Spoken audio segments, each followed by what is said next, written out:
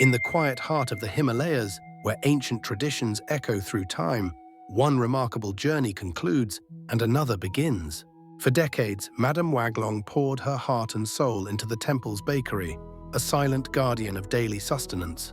Today, the temple garden, usually a place of quiet contemplation, hums with anticipation for a rare and special ceremony.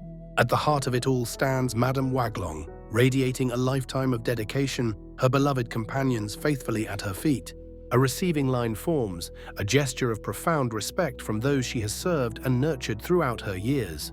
Each monk bows, a silent acknowledgement of her unwavering service, a testament to her quiet strength. The culmination of the ceremony arrives as the esteemed Rinpoche Sigung Tenzin Longwei steps forward. He presents her with a gift unlike any other, the bound Mawangdui scrolls, the wisdom she sought in secret moments. These aren't just ancient texts, they are a bridge to new beginnings, a personal quest for knowledge finally made manifest. Later that evening, in the simple comfort of her home, the true journey begins.